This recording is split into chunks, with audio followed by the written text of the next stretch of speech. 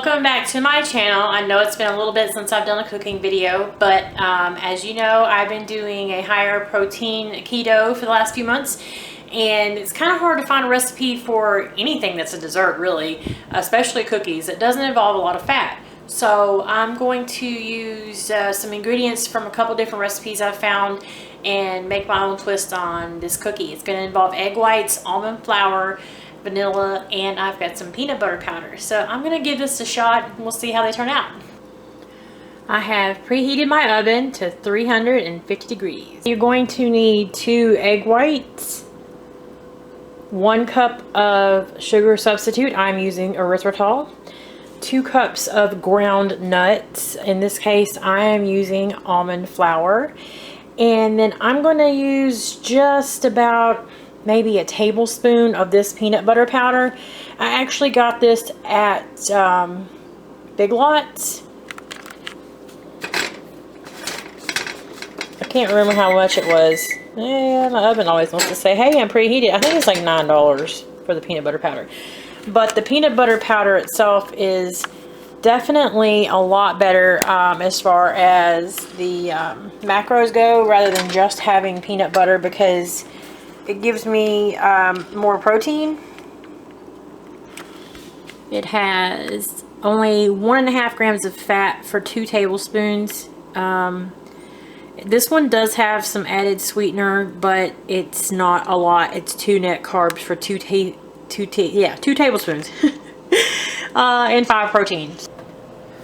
First thing I'm going to do is separate these 2 eggs, just so we have the egg whites. Yeah, that's a big bowl, but it's easier to make egg whites into stiff peaks if you're using a metal bowl.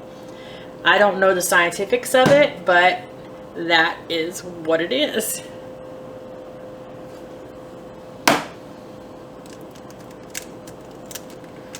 So some people like to sort these out with, you know, they have little things you can use. Sometimes you can use the shell, but I kind of screwed up when I broke that one. So a lot of times you can use your hand too. Like that one, it broke. So luckily it broke in my hand. And if I had broken it properly the first time, I try to be too careful with it because I'm like, oh, I'm gonna make a mess or I'm gonna break the yolk.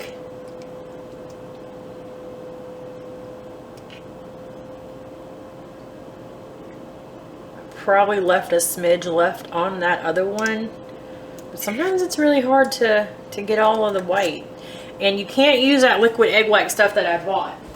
Even though it's pure egg white, it says that you cannot use that to make like meringue and stuff with. So what we're going to do is add the vanilla to this, and the vanilla is 1 teaspoon.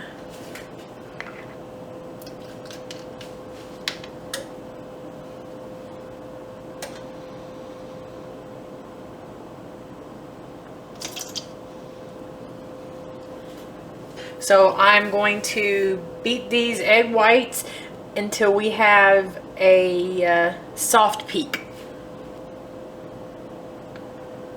Scared the crap out of myself. I plugged it in and it was on. The button was up. Oh my lord. Anyway, I would consider that a soft peak. It's actually almost a stiff peak. So at this point, what we're going to do is we're supposed to take the cup of sweetener, and we're going to add in the sweetener just about, I think it said a tablespoon at a time. Yeah, tablespoon at a time, until the meringue is light and fluffy and all the sweetener is incorporated. And I'm just going to do this using my third 3 times. Alright, looks nice and fluffy to me. That looks pretty good actually. So what we're going to do now is, since we already have everything in there except for the almond flour and the peanut butter powder, I'm going to take the almond flour I think I'm going to put the peanut butter powder in there first, because then you have to fold it all in there together. So I'll put the peanut butter powder in there first so it gets evenly distributed throughout that. And then we'll fold in the almond flour. I decided to go with 2 tablespoons of peanut butter just because I don't want to chance it not having enough flavor.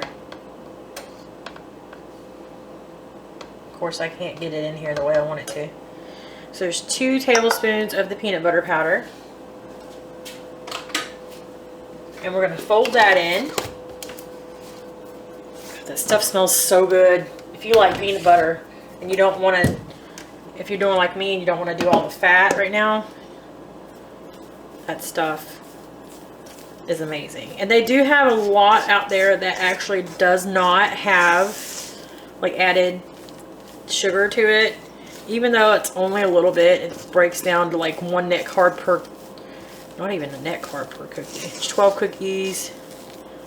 And it was like 2 net carbs. So yeah, it's like minute amount of carbs in there. And I'm kind of like that, you know, I'm not going to spend $20 on peanut butter powder just because it has a little bit less something like the sugar in there. Because like with this, yeah, it might have a little bit in there, but it's so minute of an amount that it's not going to affect anything. It's like peanut butter. Okay, so now we've got all of our peanut butter powder folded in.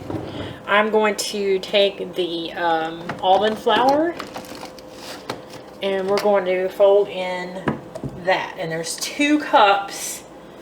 That sounds like a lot, but there's 2 cups of almond flour. So I'm going to do like I did before and just do it in thirds. These are going to be pretty, woo! These are going to be pretty thick once I get the all the almond flour in here. So there's a whole cup. And it may be a smidge drier because I did put those 2 tablespoons of peanut butter powder in there. And it's only supposed to make 12 cookies. Because I know most of the recipes that you find for cookies usually make like 20 to 24 cookies. So let's get this other cup in here. I'm telling you, it smells freaking good. It smells like peanut butter. There's another third.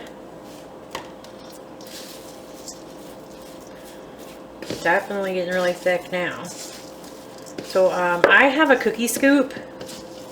If you don't have a cookie scoop, you can try to divide it up and roll them out or whatever, but actually I don't even think you're supposed to roll these. Let me see what this says. Yeah, it just says do heaping teaspoonfuls 2 inches apart on a parchment lined baking sheet, which I already have my parchment paper on my baking sheet. So I'm kind of hoping they turn out like the peanut butter cookies that I like to make, because the peanut butter cookies are so good and they taste so much like just normal peanut butter cookies that I can't eat them right now because they're so high in fat with the real peanut butter.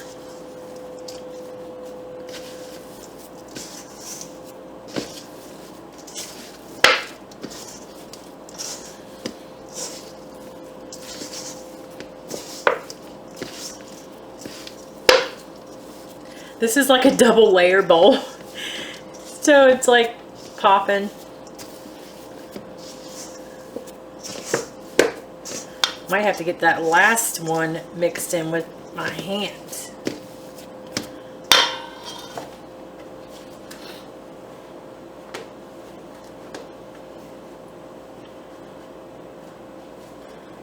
All right, that's our last piece, or not piece, but it's our last little bit of the second cup.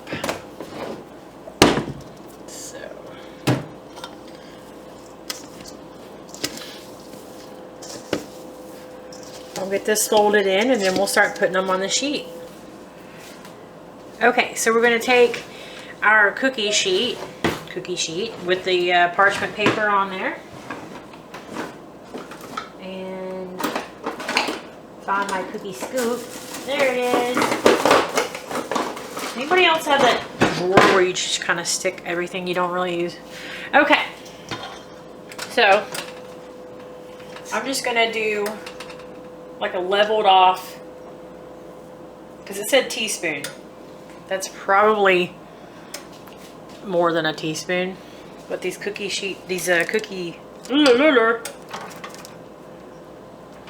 said heaping teaspoons. It's supposed to make 12. Stop. We're going to layer these out here. I don't know how much they're going to spread. They said 2 inches apart.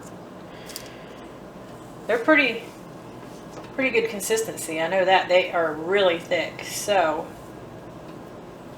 they kind of remind me of like normal cookie dough for like chocolate chip cookies. It's like that kind of consistency. I mean, you can look at it and see that they're thick. I can't get the freaking thing to do what I want it to though. I may end up having to do a couple of separate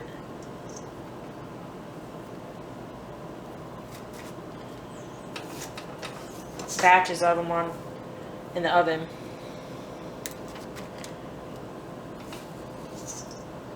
So there's 6.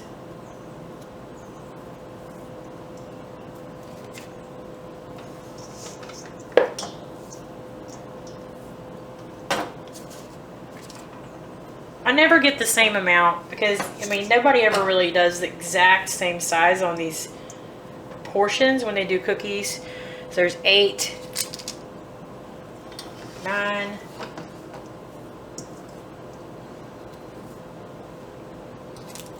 10,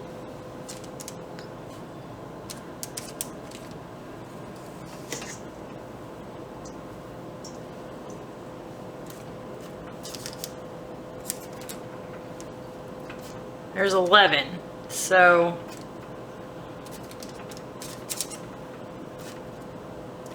like I said, I don't know how much they're going to spread. But there's 11, and that's how much I have left. That's a lot. So the recipe says to put it in the oven at 350 for 15 minutes. So we're going to do that and see how they turn out. And if it takes longer than 15 minutes, I'll let you know. Okay, so this is how they've turned out. Actually took 25 minutes. They did not flatten out at all. So what I did with the other batch is I've gone with my palm and flattened them down, because this is just not gonna work.